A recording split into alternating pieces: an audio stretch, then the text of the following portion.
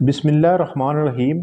ایک نوزائیدہ بچے کے دماغ کا وزن 350 گرام سے 400 گرام تک ہوتا ہے۔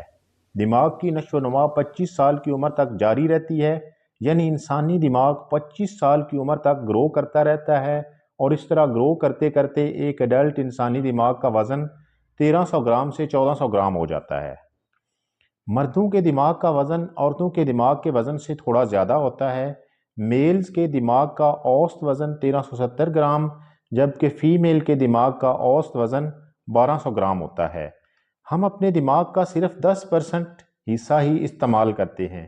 اس پر مختلف موویز بھی بنی ہوئی ہیں، لیکن یہ بین الاقوامی سند یافتہ ایسا افسانہ ہے جس کا حقیقت سے کسی بھی قسم کا کوئی تعلق نہیں ہے، اور انسان اپنے روزمرہ کے کاموں کے دوران اپنے دماغ کا تقریباً 100% استعمال کرتا ہے۔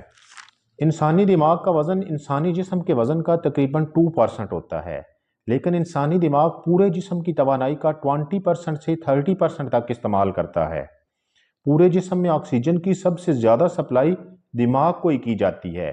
یہ ایک ایسی پروسیسنگ مشین ہے جو اگر 100% ایکٹیو رہے تو اس کے لیے بہت زیادہ توانائی چاہیے ہوتی ہے۔ انسانی دماغ کا 75% حصہ پانی پر مشتمل ہوتا ہے، اس لیے ہائیڈریٹڈ رہنا دماغ کے لیے بہت ضروری ہے، اور ڈی ہائیڈریشن دماغی صحت پر برے اثرات مرتب کرتی ہے۔ دماغ کا دایاں حصہ جسم کی بائیں سائیڈ کو کنٹرول کرتا ہے، اور بایاں حصہ جسم کی دائیں سائیڈ کو کنٹرول کرتا ہے۔ اس کے علاوہ دماغ کے مختلف پارٹس یا ریجن بنے ہوئے ہوتے ہیں جو انسانی جسم کی مختلف ایکٹیویٹیز کو کنٹرول کرتے ہیں۔ دماغ تقریباً 100 ارب نیورونز پر مشتمل ہوتا ہے۔ ان نیورونز کے درمیان پیغام کی منتقلی 1 سیکنڈ کے 1000ویں حصے میں ہوتی ہے، اور اس طرح انسانی دماغ ایک بہت ہی پیچیدہ آرگن ہے، اور اس پر ریسرچ اب بھی جاری ہے۔ انسان کے عقل، شعور اور سوچ کی ایک لمٹ ہے، اور انسان اس لمٹ سے آگے نہیں جا سکتا۔ انسانی جسم میں پائے جانے والے آرگنز میں سے کسی کی اہمیت سے بھی انکار نہیں کیا جا سکتا، لیکن دماغ ایک ایسا آرگن ہے جس کو خاص اہمیت حاصل ہے۔ دماغ کی حیثیت انسانی جسم میں ایک سربراہ یا حکمران کی ہوتی ہے جو انسانی جسم کے سارے فنکشنز کو کنٹرول کرتا ہے۔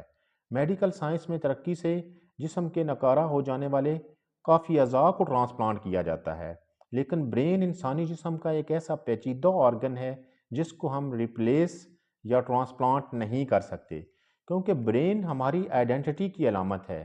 اگر خدا نخواستہ برین ڈیمیج ہو جاتا ہے تو ہمارے پاس ٹرانسپلانٹ کرنے کا آپشن نہیں ہوتا ہے، کیونکہ برین انسان کی یادداشت، انسان کے خیالات، انسان کے جذبات اور اوورآل انسان کے لیے زندگی کی ویلیو رکھتا ہے، اور زندگی کو ریپلیس نہیں کیا جا سکتا۔